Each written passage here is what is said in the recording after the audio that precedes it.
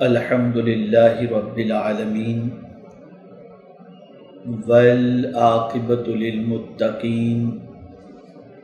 والصلاۃ والسلام علی سید الانبیاء والمرسلین وعلی آلہ واصحابہ الطیبین الطاہرین اما بعد فاعوذ باللہ من الشیطان الرجیم بسم اللہ الرحمن الرحیم شہر رمضان الذی انزل فیہ القرآن صدق اللہ العظیم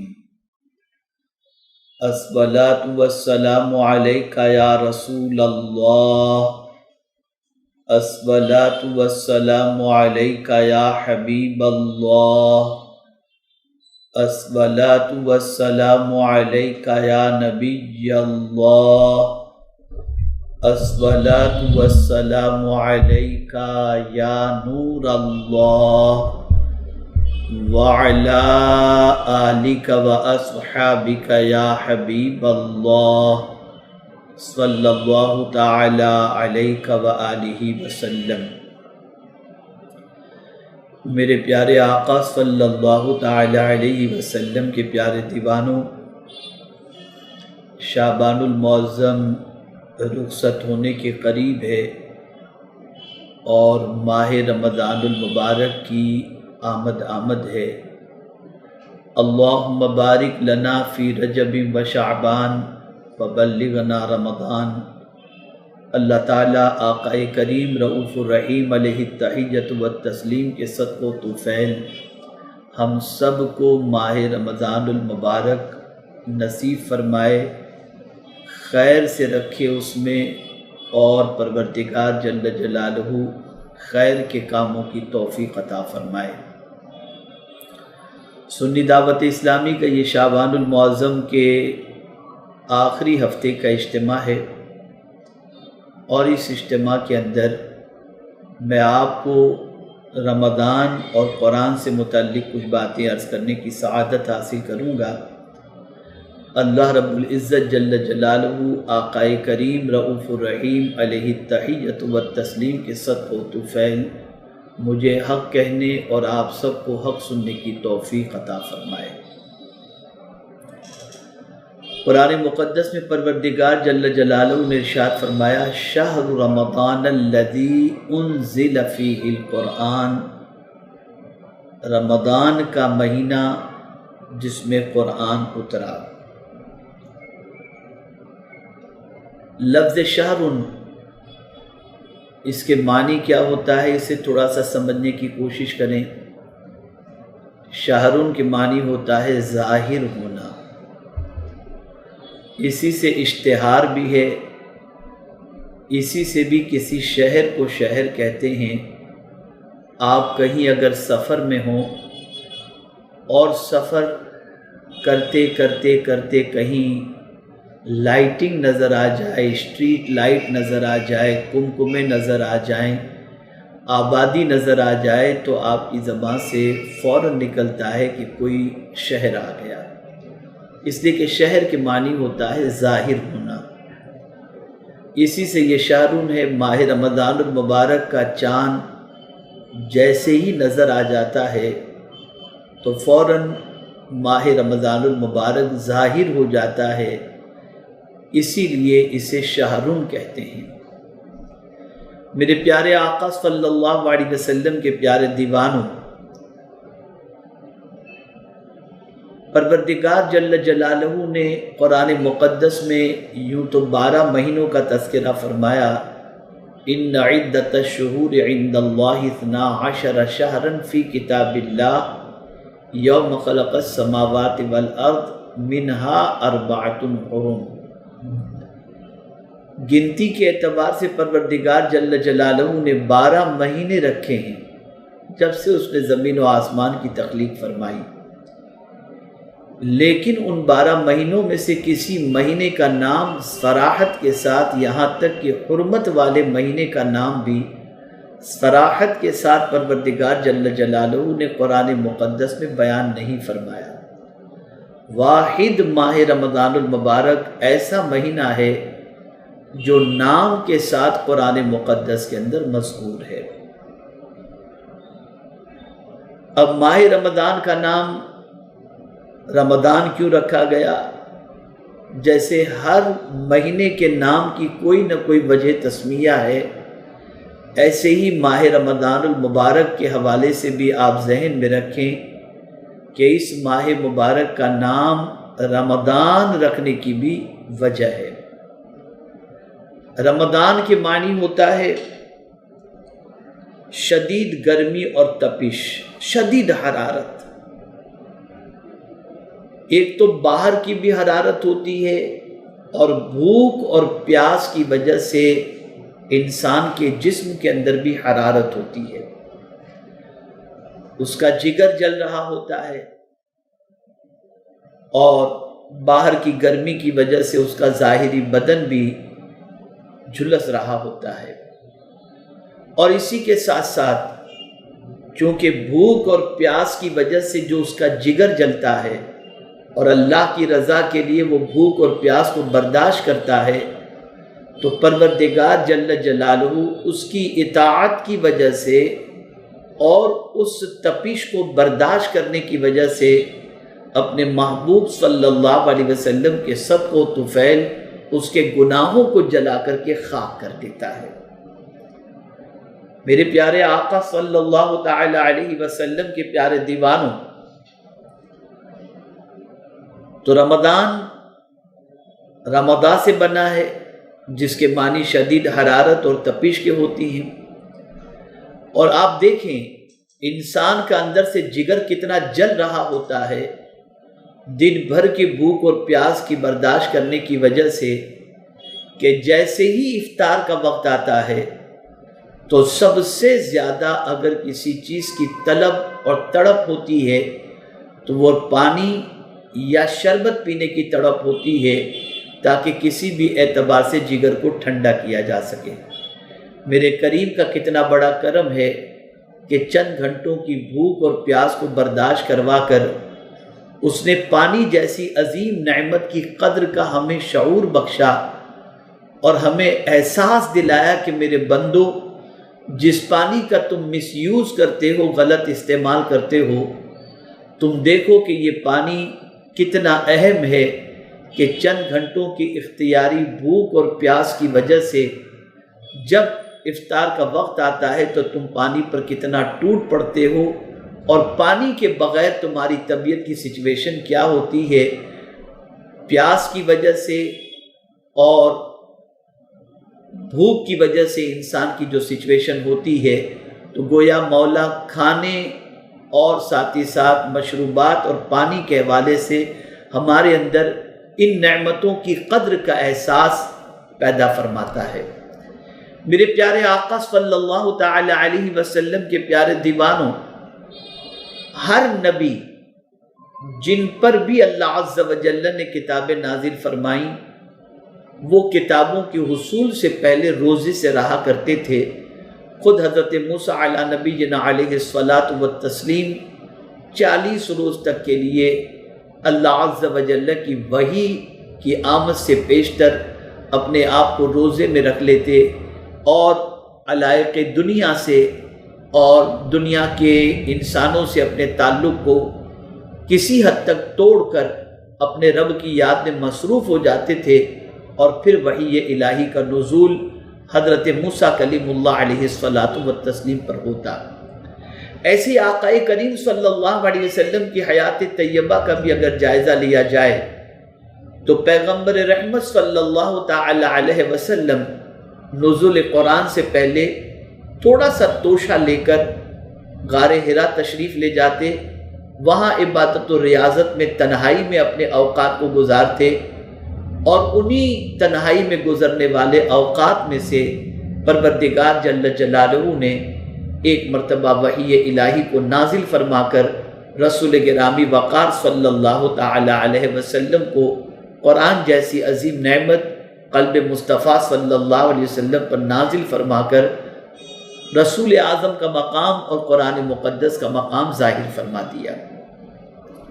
تو روزے اور قرآن کا تعلق بڑا گہرا ہے۔ میرے پیارے آقا صلی اللہ تعالی علیہ وسلم کے پیارے دیوانوں، اسی لیے آپ اگر دیکھیں تو چونکہ قرآن کے انوار کے حصول کے لیے باطن کا صاف اور ستھرا ہونا، باطن کا پاک ہونا، دل و دماغ کا پاک ہونا، یہ بے پناہ ضروری ہے۔ اب انسان اگر کثرت طعام و شراب کے اندر لگا رہتا ہے، یعنی زیادہ کھانے پینے میں مصروف ہوتا ہے، تو اس کی وجہ سے اس کی سچویشن یہ بن جاتی ہے کہ گناہوں کے جذبات اس کے اندر ابھرتے ہیں، برائیوں کے خیالات جنم لیتے ہیں۔ لیکن جب انسان بھوکا ہوتا ہے، پیاسا ہوتا ہے، تو اس کے ذریعے وہ عبادت و ریاضت کا جذبہ اپنے اندر پیدا کرتے ہوئے اپنی روح کی ارتقاء کی کوشش کرتا ہے۔ اسلام میں رہبانیت نہیں ہے، لیکن جو راہبوں کو روحانی درجے کے حصول کے لیے جو وہ جد و جہد کیا کرتے تھے، میرے کریم نے امت مسلمہ کے لیے یہ آسانیاں فرمائیں کہ ماہ رمضان المبارک کے روزے فرض فرما کر پروردگار جل جلالہ نے اس ماہ مبارک کے اندر، یعنی ماہ رمضان المبارک کے اندر بھوک پیاس اور عمل زوجیت سے رکنے کا حکم دے کر اللہ تعالیٰ روحانی منازل کو طے کرانے کے لیے اور روحانی ارتقاء کے لیے پروردگار جل جلالہ نے یہ حکم عطا فرمایا۔ اب یہ مہینہ نزول قرآن کا مہینہ ہے۔ اللہ اکبر! قرآن مقدس اللہ کی وہ عظیم ترین کتاب ہے کہ اس کتاب کی عظمتوں کا کیا کہنا۔ رب قدیر جل جلالہ نے نزول قرآن کے لیے ماہ رمضان المبارک کا انتخاب فرمایا، اور یہ بھی آپ سمجھنے کی کوشش کریں کہ قرآن مقدس کے نزول کی کیفیت کیا رہی، اور پروردگار جل جلالہ نے اپنے پیارے حبیب صلی اللہ علیہ وسلم پر یہ کتاب جو نازل فرمائی، تو یہ نزول قرآن کتنی مرتبہ ہوا، کس طریقے سے ہوا، کیسے ہوا، تاکہ آپ محسوس کر سکیں کہ اللہ کی کتاب آقا کریم صلی اللہ علیہ وسلم کے قلب اطہر پر نازل ہونے سے پہلے کہاں تھی، اور کس طریقے سے پیغمبر رحمت صلی اللہ علیہ وسلم پر یہ کتاب نازل ہوئی۔ سب سے پہلے قرآن کے حوالے سے سمجھیں کہ لفظ قرآن یا تو قرآن سے بنا ہے یا قرأتن سے۔ قرآن کے معنی ہوتا ہے جمع ہونا۔ اس معنی کے لحاظ سے قرآن کو قرآن کہنے کی چند وجہ ہیں۔ ایک وجہ تو یہ ہے کہ اولین اور آخرین، یعنی انسان کی تخلیق نہیں، دنیا کی تخلیق سے لے کر قیامت تک کی ساری چیزوں کا احاطہ اللہ عز و جل نے اس کتاب میں فرما دیا ہے۔ ہر چیز کا واضح بیان پروردگار نے اس کتاب کے اندر جمع فرما دیا، اور جتنے علوم ہیں ان سارے علوم کو بھی پروردگار جل جلالہ نے اس کتاب میں جمع فرما دیا، اور اسی وجہ سے اس کو قرآن کہتے ہیں کہ اس میں سارے علوم اولین و آخرین اور سارے علوم اس کے اندر جمع ہیں۔ اور اگر قرآن سے سمجھیں کہ یہ قرآن قرآن سے بنا ہے تو اس کے معنی ہوتا ہے جمع ہونا۔ تو اس میں چونکہ پروردگار جل جلالہ نے ہر چیز کے بیان کو جمع فرما دیا، ہر علم کو جمع فرما دیا، اس لیے اسے قرآن کہتے ہیں۔ اور اسی طریقے سے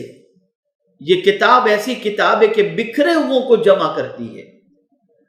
اگر کوئی مسلمان ہندی ہے، کوئی مسلمان پاکستانی ہے، کوئی مسلمان ایرانی ہے، کوئی مسلمان عراقی ہے، کوئی مسلمان عربی ہے، کوئی مسلمان افغانی ہے، کوئی مسلمان برطانوی ہے، کوئی مسلمان امریکی ہے، دنیا کے مختلف ملکوں کا بسنے والا، مختلف علاقوں کا بسنے والا، قرآن مقدس کے سلسلے میں اگر دیکھا جائے تو پروردگار جل جلالہ نے سب کو جمع کر کے ان سب کے لیے ایک نام قرآن مقدس میں بیان فرما دیا، اور وہ نام ہے سماکم المسلمین۔ تمہارا نام پروردگار جل جلالہ نے مسلمان رکھا۔ تو میرے پیارے آقا صلی اللہ علیہ وسلم کے پیارے دیوانوں، یہ سارے مسلمانوں کو جمع کرنے والی کتاب ہے، سارے علوم کو جمع کرنے والی کتاب ہے۔ اس لیے اگر قرآن سے قرآن بنا تو جمع ہونے کے معنی میں ہوگا۔ اور اسی طریقے سے قرآن اگر یہ مانا جائے کہ قرتن سے بنا ہے تو اس کے معنی پڑھنا ہوتا ہے۔ میرے پیارے آقا صلی اللہ تعالی علیہ وسلم کے پیارے دیوانوں، چونکہ اس سے پہلے جتنی کتابیں نازل ہوئی وہ لکھی ہوئی نازل ہوئی تھی، اور قرآن مقدس جو نازل ہوا وہ پڑھا ہوا نازل ہوا، اور میرے پیارے آقا صلی اللہ تعالی علیہ وسلم کے پیارے دیوانوں، پوری دنیا میں سب سے زیادہ اگر کوئی کتاب پڑھی جانے والی ہے تو وہ قرآن مقدس ہے۔ میرے پیارے آقا صلی اللہ علیہ وسلم کے پیارے دیوانوں، دونوں میں بڑا فرق ہے،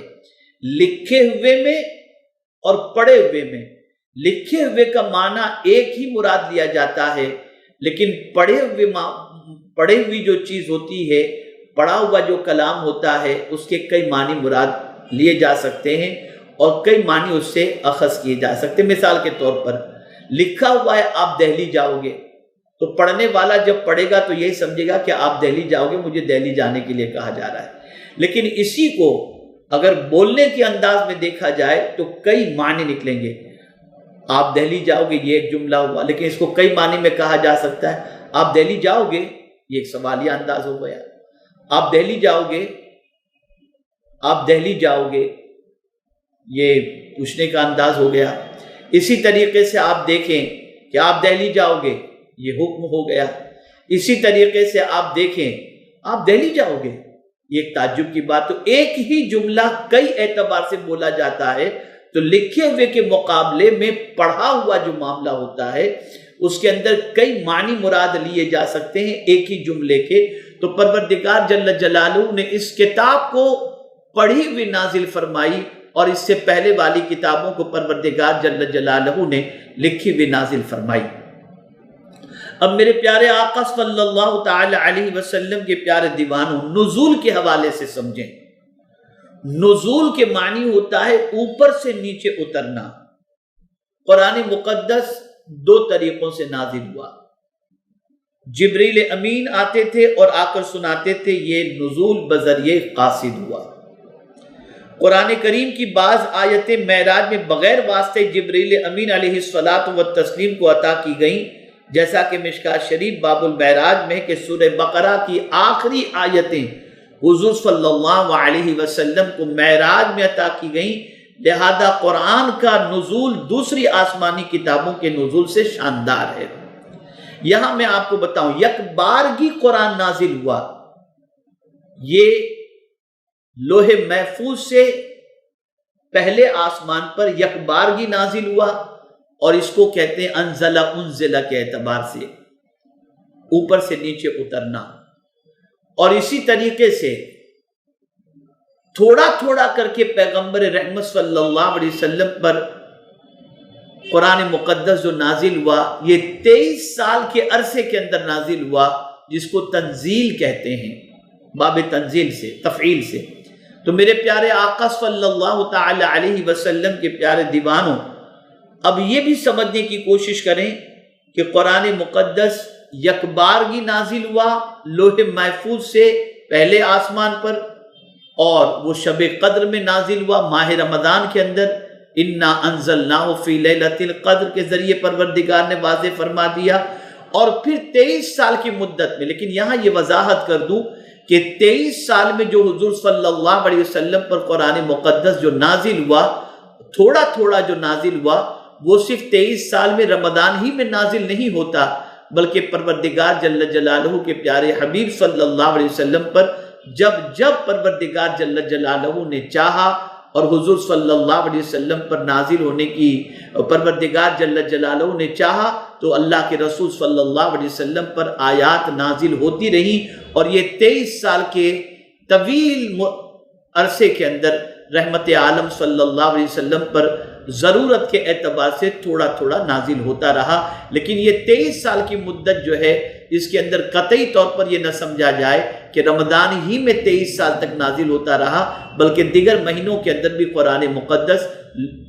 پہلے آسمان سے رسول گرامی وقار صلی اللہ علیہ وسلم کے قلب اطہر پر نازل ہوتا رہا۔ میرے پیارے آقا صلی اللہ تعالی علیہ وسلم کے پیارے دیوانوں، اب رمضان اور قرآن کو آپ دیکھ لیں۔ آقا کریم صلی اللہ علیہ وسلم نے دونوں کو جمع کر کے ارشاد فرمایا، الصیام والقرآن یشفعان یوم القیامہ، روزے اور قرآن قیامت کے دن دونوں شفاعت کریں گے، دونوں سفارش کریں گے۔ اب کس طریقے سے؟ روزے اللہ عز و جل کی بارگاہ میں عرض کریں گے، مولا میں نے اسے بھوکا رکھا، اسے پیاسا رکھا ماہ رمضان کے اندر، اے میرے کریم میری سفارش قبول فرما اور اس کی مغفرت فرما دے۔ اور قرآن کس طریقے سے سفارش کرے گا؟ مولا میں نے اسے رات کو میری تلاوت کے اندر مصروف رکھا اور یہ رات کو میری تلاوت کرتا رہا، تو میں ماہ رمضان کے اندر تو میں تیری بارگاہ کے اندر اس بندے کی سفارش کرتا ہوں، میری سفارش کو اس کے حق میں قبول فرما۔ تو پروردگار جل جلالہ روزے اور قرآن کی سفارش کو قبول فرما کر پروردگار جل جلالہ روزے رکھنے والے اور قرآن مقدس کی تلاوت کرنے والے کی مغفرت فرما دے گا۔ میرے پیارے آقا صلی اللہ تعالی علیہ وسلم کے پیارے دیوانوں، رسول گرامی وقار صلی اللہ تعالی علیہ وسلم پر جو قرآن مقدس نازل ہوا، تو خود رسول اعظم صلی اللہ علیہ وسلم کا معمول ماہ رمضان میں زیادہ سے زیادہ تلاوت کا ہوتا۔ جتنی بھی آیتیں پروردگار کے پیارے حبیب صلی اللہ علیہ وسلم پر نازل ہوئی ہوتی، رسول اعظم صلی اللہ علیہ وسلم ماہ رمضان میں اس کا دور کرتے اور سدرۃ المنتہا سے جبریل امین علیہ الصلاۃ والتسلیم حجرہ مصطفیٰ جان رحمت صلی اللہ علیہ وسلم میں تشریف لاتے۔ ایک بار جبریل امین ساری آیتیں سناتے، سارا جتنا قرآن نازل ہوا ہوتا وہ سناتے، اور پھر رسول اعظم صلی اللہ علیہ وسلم بھی انہیں سنایا کرتے تھے۔ اور آقا کریم صلی اللہ علیہ وسلم اور جبریل امین علیہ الصلاۃ والتسلیم اس طرح سے ایک دوسرے کو سنایا کرتے۔ ہر رمضان میں پیغمبر رحمت صلی اللہ تعالی علیہ وسلم ایک قرآن مقدس ختم کرتے، لیکن وصال سے پہلے والے رمضان المبارک میں پیغمبر رحمت صلی اللہ علیہ وسلم نے 2 قرآن مقدس ختم فرمائے۔ میں اس کے حوالے سے عرض کروں گا، لیکن میں چاہوں گا کہ قرآن سے اٹیچمنٹ ہو جائے آپ کا رمضان شریف کے اندر، اس لیے میں قرآن مقدس کے کچھ فضائل تلاوت کے بارے میں آپ کے سامنے پیش کروں، تلاوت کے فضائل، تاکہ قرآن مقدس سے رغبت بڑھ جائے اور ماہ رمضان المبارک میں قرآن شریف کی تلاوت کو اپنی زندگی کا سب سے بڑا وظیفہ بنا لیں۔ میرے پیارے آقا صلی اللہ تعالی علیہ وسلم کے پیارے دیوانوں، حضرت ابو ہریرہ رضی اللہ تعالی عنہ سے روایت ہے کہ جو شخص یہ پسند کرتا ہے کہ اللہ اور اس کے رسول صلی اللہ علیہ وسلم اس سے محبت کریں، بس وہ قرآن مجید کی تلاوت کرے۔ اللہ اکبر! اللہ اور اس کے رسول جل جلالہ قرآن پڑھنے والے سے محبت فرماتے ہیں، اللہ بھی محبت کرتا ہے اور اللہ کے رسول صلی اللہ علیہ وسلم بھی محبت فرماتا ہے۔ اور اب جو میں حدیث مبارکہ آپ کے سامنے پیش کرنے کے لیے جا رہا ہوں، میرے پیارے آقا صلی اللہ علیہ وسلم کے پیارے دیوانوں، اس سے آپ اندازہ لگائیں گے کہ قرآن پڑھنے والے کا مقام اللہ اور اس کے رسول جل جلالہ و صلی اللہ علیہ وسلم کے نزدیک کیا ہے۔ اللہ اکبر! پیغمبر رحمت صلی اللہ علیہ وسلم نے ارشاد فرمایا، لوگوں میں سے کچھ اللہ والے ہوتے ہیں، یہ حضور فرماتے ہیں صلی اللہ علیہ وسلم، کچھ اللہ والے ہوتے ہیں۔ صحابہ کرام رضوان اللہ تعالی علیہم اجمعین نے عرض کیا، یا رسول اللہ صلی اللہ تعالی علیہ وسلم، وہ کون خوش نصیب ہیں؟ یعنی وہ جاننا چاہتے تھے کہ اللہ والے کون ہیں۔ تو پیغمبر رحمت صلی اللہ علیہ وسلم نے ارشاد فرمایا، قرآن پڑھنے والے وہی اللہ والے اور اس کے خواص ہیں۔ اے رسول اعظم صلی اللہ تعالی علیہ وسلم کے پیارے دیوانوں، گویا قرآن پڑھنے والا رسول اعظم صلی اللہ علیہ وسلم کی زبان اقدس سے اہل اللہ کے اندر شمار کیا جاتا ہے۔ اس لیے اللہ کی کتاب کو کثرت سے پڑھا کرو، خاص طور پر ماہ رمضان المبارک میں اللہ کی کتاب کی تلاوت کثرت سے کیا کرو۔ اب اور سنیں، آج جو پوری دنیا میں امت مسلمہ زوال پذیر ہے اور تباہی کے دہانے پر ہے، مصیبتوں کے بادل منڈلا رہے ہیں، زمین پیروں کے نیچے سے کھسک رہی ہے، اور ایسا لگ رہا ہے کہ العیاذ باللہ کہ امت مسلمہ زوال کی آخری سیڑھی پر موجود ہے۔ میرے پیارے آقا صلی اللہ تعالی علیہ وسلم کے پیارے دیوانوں، اس کی وجہ کیا ہے؟ کئی وجوہات ہیں، ان میں سے ایک سب سے بڑی وجہ کو آپ سماعت فرمائیں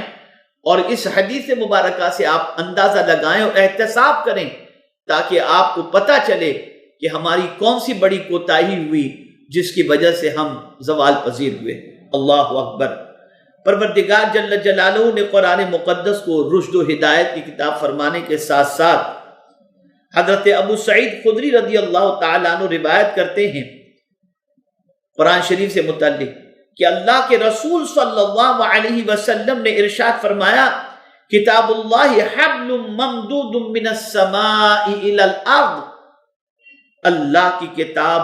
اللہ کی رسی ہے جو آسمان سے زمین کی طرف ممدود یعنی کھینچی ہوئی ہے۔ رسی کا ایک سرا آسمان کی طرف ہے اور دوسرا سرا زمین کی طرف ہے۔ اللہ اکبر۔ میرے پیارے آقا صلی اللہ تعالی علیہ وسلم کے پیارے دیوانوں،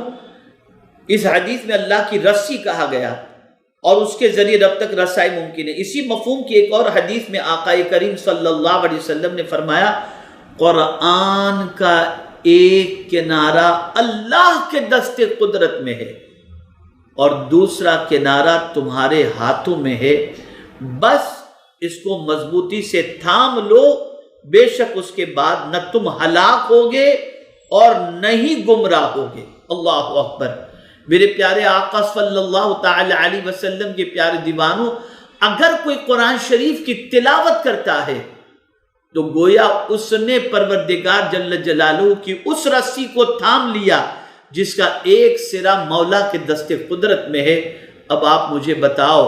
اگر کسی کے ہاتھ میں مولا کے دست قدرت کے اندر موجود رسی کا کنارہ موجود ہو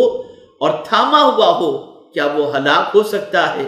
کیا وہ تباہ ہو سکتا ہے؟ کیا وہ گمراہ ہو سکتا ہے؟ لیکن العیاذ باللہ، میرے پیارے آقا صلی اللہ تعالی علیہ وسلم کے پیارے دیوانوں، ہم نے قرآن شریف سے اپنے تعلق کو توڑ دیا اور اس حد تک توڑ دیا کہ آج ہماری سچویشن یہ ہے کہ ہماری قوم کے 90% سے زیادہ پیدائشی مسلمان صحیح معنوں میں قرآن پڑھنا بھی نہیں جانتے۔ اے رسول اعظم صلی اللہ علیہ وسلم کے دیوانوں، تھام لو قرآن شریف کے دامن کو، تھام لو رسول اعظم صلی اللہ علیہ وسلم کے دامن کو، انشاءاللہ العظیم دامن مصطفیٰ ہاتھ میں آ گیا صلی اللہ علیہ وسلم، اور دامن قرآن اگر ہاتھ میں آ گیا تو گویا پروردگار جل جلالہ کی برکتیں اور اس کی طرف سے حفاظت اور اس کی طرف سے کرم نوازیوں کا سلسلہ ہمارے اوپر جاری و ساری ہوگا، اور رب قدیر جل جلالہ دنیا اور آخرت میں ہماری حفاظت فرمائے گا۔ اسی طریقے سے آپ دیکھیں، حضرت ابو ہریرہ رضی اللہ تعالیٰ عنہ سے روایت ہے کہ تاجدار کائنات صلی اللہ تعالی علیہ وسلم نے ارشاد فرمایا، بلا شبہ اللہ عز و جل نے آسمان اور زمین کو پیدا کرنے سے 1000 سال پہلے سورہ طٰہٰ اور یاسین پڑھی۔ جب فرشتوں نے قرآن سنا تو انہوں نے کہا، اس امت کو بشارت ہو جس پر قرآن نازل ہوگا، اور ان سینوں کے لیے خیر و خوبی ہو جو اسے اپنے اندر محفوظ کریں گے، اور ان زبانوں کے لیے خوشخبری ہو جن سے قرآنی الفاظ ادا ہوں گے۔ اللہ اکبر، اللہ اکبر۔ یہ فرشتے ان بندوں پر رشک کر رہے ہیں جن بندوں کی زبان پر قرآن کے الفاظ ہوں گے۔ اے رسول اعظم صلی اللہ علیہ وسلم کے دیوانوں، قرآن سے اپنے رشتے کو مضبوط کرو، قرآن سے اپنے تعلق کو اسٹرانگ کرو، قرآن کی تلاوت کو اپنی عادت بناؤ۔ اللہ اکبر۔ میرے پیارے آقا صلی اللہ تعالی علیہ وسلم کے پیارے دیوانوں، آپ دیکھیں کہ قرآن سے فائدہ کتنا نصیب ہوتا ہے تلاوت قرآن مقدس کو کے کرنے کی وجہ سے، اور جہاں قرآن مقدس کی محفل چل رہی ہو اس درس قرآن کی محفل میں شرکت کی وجہ سے اللہ رب العزت جل جلالہ کتنی کرم کی نظر فرماتا ہے۔ حضور رحمت عالم صلی اللہ علیہ وسلم کا فرمان سنیں اور اس کے بعد درس قرآن کی محفل کی عظمت کو اپنے سینے کے اندر بٹھائیں۔ اللہ کے پیارے حبیب صلی اللہ علیہ وسلم نے ارشاد فرمایا، جو قوم اللہ کے گھروں میں سے کسی گھر میں جمع ہو کر قرآن مجید کی تلاوت کرے، درس و تدریس کرے اور دور کرے، تو اللہ کی طرف سے اس پر سکینہ نازل ہوتی ہے۔ اللہ تعالیٰ کی رحمت ان کو ڈھانپ لیتی ہے اور فرشتے ان کو گھیر لیتے ہیں، اور اللہ جل شانہ ان کا تذکرہ اپنے مقرب فرشتوں کے پاس کرتا ہے، اور جس نے عمل کرنے میں سستی کی اس کا نسب نامہ اس کو فائدہ نہیں دے گا۔ صحیح مسلم کی یہ حدیث مبارکہ ہے۔ میرے پیارے آقا صلی اللہ تعالی علیہ وسلم کے پیارے دیوانوں، اگر ہم چاہتے ہیں کہ ہمارے قلب پر میرا مولا سکون کی بارشیں نازل فرمائے اور ہمارے قلب پر سکینہ نازل ہو، تو ہمیں چاہیے کہ مسجد میں جا کر قرآن کی تلاوت کریں۔ اور ممبئی کی سرزمین پر لاک ڈاؤن کی وجہ سے ابھی مساجد کے سلسلے میں مسائل ہیں، اور چند لوگوں کے علاوہ زیادہ کوئی اجازت نہیں۔ آپ اپنے گھروں میں بیٹھ کر قرآن پڑھیں، اور قرآن جب پڑھیں گے تو میں یقین کے ساتھ کہتا ہوں آپ کے قلب پر اللہ کی طرف سے سکینہ نازل ہوگا۔ پروردگار اپنی رحمت میں ڈھانپ لے گا اور مقرب فرشتے اس بندے کو گھیر لیں گے۔ اے رسول اعظم صلی اللہ علیہ وسلم کے دیوانوں، تو ماہ رمضان المبارک میں ہمیں سب سے زیادہ جو کام کرنا ہے وہ قرآن مقدس کی تلاوت، اور اسی کے ساتھ ساتھ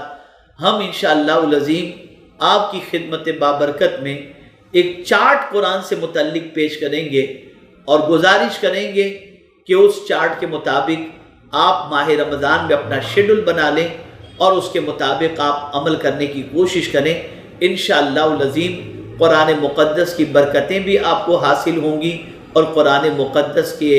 فضائل سے بھی آپ مالا مال ہوں گے، اور انشاءاللہ قرآن کی عظمتیں آپ کے دل میں بیٹھیں گی۔ پہلی بات یہاں پر میں عرض کر کے اپنی گفتگو کو اختتام کی طرف لے جاتا ہوں کہ آپ سب سے پہلا کام یہ کریں انشاءاللہ کہ ماہ رمضان شریف کے اندر سنی دعوت اسلامی کی طرف سے جو ترجمہ قرآن کنز الایمان آڈیو کے اندر موجود ہے، آپ اس میں سے ضرور بے ضرور ترجمے کے ساتھ جتنا ممکن ہو سکے روزانہ قرآن شریف سننے کی کوشش کریں، تاکہ آپ کو پتہ چلے اللہ کی کتاب ہمیں کیا پیغام دے رہی ہے، رب قدیر جل جلالہ کا ہمارے لیے میسج کیا ہے۔ اس لیے کہ ہم سب کے آئے ہوئے میسج کو پڑھنے میں گھنٹوں گزار دیتے ہیں، اپنے رب کے پیغام کو بھی پڑھنے اور سننے کے لیے بھی وقت نکالنے کی کوشش کریں۔ انشاءاللہ اس کا پورا شیڈول آپ تک پہنچ جائے گا۔ اللہ رب العزت جل جلالہ کی بارگاہ میں دعا ہے کہ پروردگار آقائے کریم رؤوف الرحیم علیہ التحیۃ والتسلیم کے صدقہ و طفیل ہمیں ماہ رمضان المبارک میں قرآن شریف کی تلاوت کی توفیق نصیب فرمائے، اس لیے کہ دو نعمتیں عظیم اللہ عز و جل نے ماہ رمضان میں ہمیں نصیب فرمائیں، ایک تو روزے نصیب فرمائے اور دوسرا قرآن جیسی عظیم نعمت نصیب فرمائی۔ اور یہ دونوں ایسی نعمتیں ہیں کہ 11 مہینے تک ہم اپنے ظاہری وجود اور جسم کو غذا پہنچانے میں لگے رہتے ہیں اور اپنے جسم کو توانا بنانے کی کوشش کرتے ہیں اور روح سے غفلت برتتے ہیں، لیکن ماہ رمضان کیا آتا ہے کہ ہماری روح کی پیاس بجھ جاتی ہے اور ہم اس کی غذا اسے فراہم کرنے کی کوشش کرتے ہیں۔ تو اپنی روح کو طاقتور بنانے اور روحانی ارتقاء کے لیے ماہ رمضان میں روزے بھی رکھیں اور ساتھ ہی ساتھ قرآن شریف کی تلاوت اپنی زندگی کا سب سے عظیم وظیفہ بنا لیں، اور یہ حدیث ذہن میں رکھیں، اللہ عز و جل کے دست قدرت میں رسی کا ایک کنارہ ہے، اور اگر کوئی قرآن شریف کی تلاوت کرتا ہے تو دوسرا کنارہ اس کے ہاتھ میں ہوتا ہے۔ آپ اندازہ لگائیں جس کی یہ پوزیشن ہو کہ جس رسی کو مولا نے اپنے دست قدرت سے تھامے رکھا ہو اور بندہ بھی اس رسی کو پکڑ لے تو پھر اس کو کوئی نہ گمراہ کر سکتا ہے نہ ہلاک کر سکتا ہے۔ نہ تباہ کر سکتا ہے۔ اللہ رب العزت جل جلالہ ہم سب پر کرم کی نظر فرمائے اور ماہ رمضان المبارک کے احترام کے ساتھ ساتھ اس میں کثرت سے تلاوت قرآن مقدس کی توفیق کے ساتھ ساتھ احتساب کے ساتھ ماہ رمضان کے روزے رکھنے کی ہمیں توفیق نصیب فرمائے۔ وما علینا الا البلاغ المبین۔ السلام علیکم ورحمۃ اللہ تعالی وبرکاتہ۔